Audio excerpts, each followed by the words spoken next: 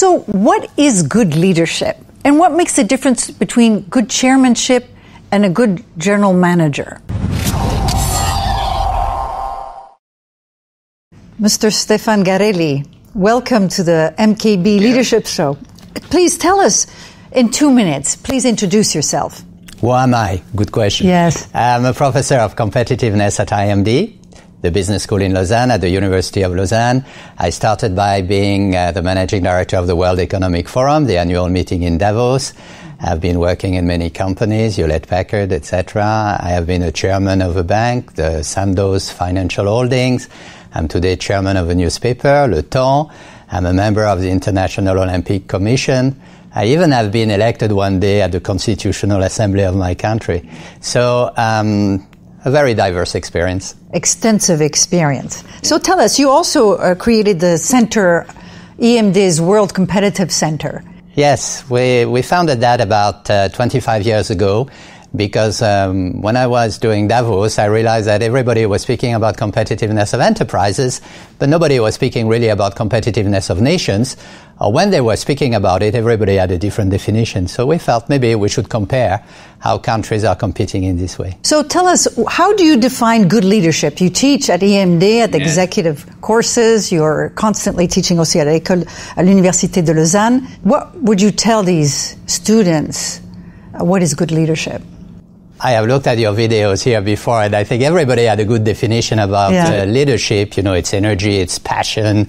I have another one, which is a good leader creates followers. And, this is something important. I have seen in my life so many of these leaders alone, coming in front of everybody and saying, I'm leading, and everybody saying, congratulations, goodbye, tell us if it works. They are alone.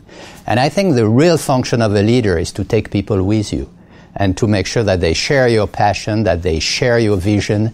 And that's not as easy as it seems, because a lot of those leaders in companies, sometimes in government, we see it today, are completely alone. There is nobody behind them. And I think this is one of the biggest challenges of leadership today, making sure that people are coming with you. And also, you've been chairman of boards, as you mentioned, and also you've been managing director of the World Economic Forum.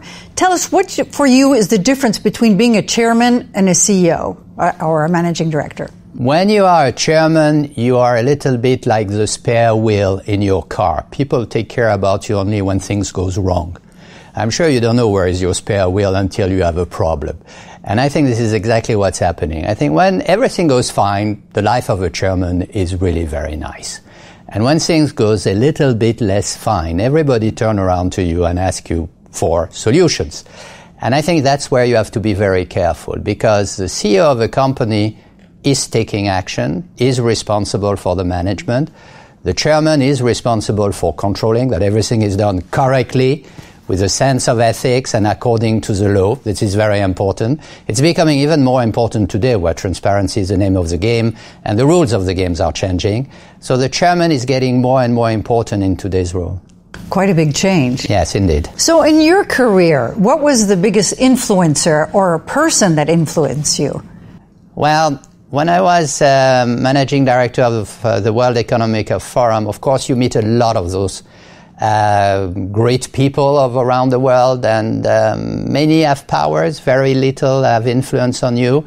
I worked a lot with a French Prime Minister called Raymond Barre. He was a fabulous person. I learned a lot from him. What kind of things did you learn from him? I learned the same thing as I learned from another one called Ted Heath, the British Prime Minister. He was the best speaker I've ever heard. And one day I told him, what is the secret? Tell me the secret. He told me, Stefan, this is very simple. Don't make a speech, speak to people. And if you speak to people, you can make as many mistakes as you want. If they feel you communicate to them, if they feel you are not reading something which was written by somebody else, you can make every mistake in the world. You have this kind of special relationship and everything will go fine. This probably was the best advice I ever got. What was your biggest challenge, your biggest failure, and how did you overcome it? I think one of the things I always tell my students, because I experience it, I think that in life you should be committed, you should be loyal, ethical to the job you have, but never forget your personal agenda. It's fair enough to have a personal agenda. It's fair enough to know where you want to go in life. Do it honestly. But sometimes we have jobs which are so interesting, so passionate, that you see only the job. And actually, you should always think, what is my next step? Where do I go from here? And sometimes I say you feel yourself, it's a bit like you're at the top of a pyramid. You're at the top of a pyramid, you cannot go upward, you cannot go on the side. The only way is to go down again to climb up another pyramid, even higher. This takes a lot of courage. And I think you have to have the courage sometimes to climb down the pyramid to go to another one. I feel that the biggest mistake, your question, was probably that sometimes I stayed in job which I liked too much, and I didn't think enough about my personal agenda and what was the next step. Always think about the next step. A leader is somebody who has a sense of direction. A leader is somebody where you feel he knows where he's going. So my first advice is, if you don't know where you are going, don't tell it. If you're a leader, keep it for yourself. Pretend. Decide until you find out. Now, you've written a book. Are you a tiger, a cat, or a dinosaur? Yes. Right? Yes. So what are the key messages in your book? I was afraid you would ask me if I was a tiger, a cat, or a dinosaur myself. That will come next. It's 100 questions about how competitive influence our life. I've written a lot of things which are academic and profoundly boring on competitiveness. And I felt, I should show people, it has an impact on our life. It has an impact on the way we behave, on the way companies, treat us. And this is what I have done. So 100 questions, 2 pages, very simple to read. Touching a lot of issues, leadership, since we have discussed it, but also issues about what are the products, what can you expect from a product, issues about failures, not failures. It's a bit about everything. So it's a kind of thing to show, economics is part of our daily life. So what habit do you have that has really helped you be the success that you are? There are a few of them. The first one is to not to read anything about economics after 9 o'clock at night. I think it's important. I felt that if I was reading about economics, first I would not sleep. I would start thinking and thinking. And second, I deeply believe that if you want to be good at what you are doing, you should have the curiosity to look at other things. So you should read about whatever please you, but not your trade, not what you are doing yourself during all the day.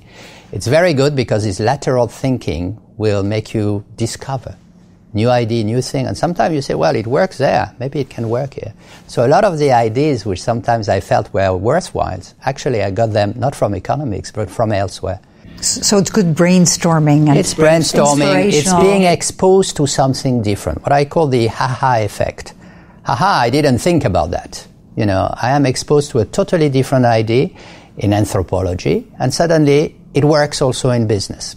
And this is very important. Thank you very much, Mr. Stefan Garelli, for your sharing your knowledge and your experience.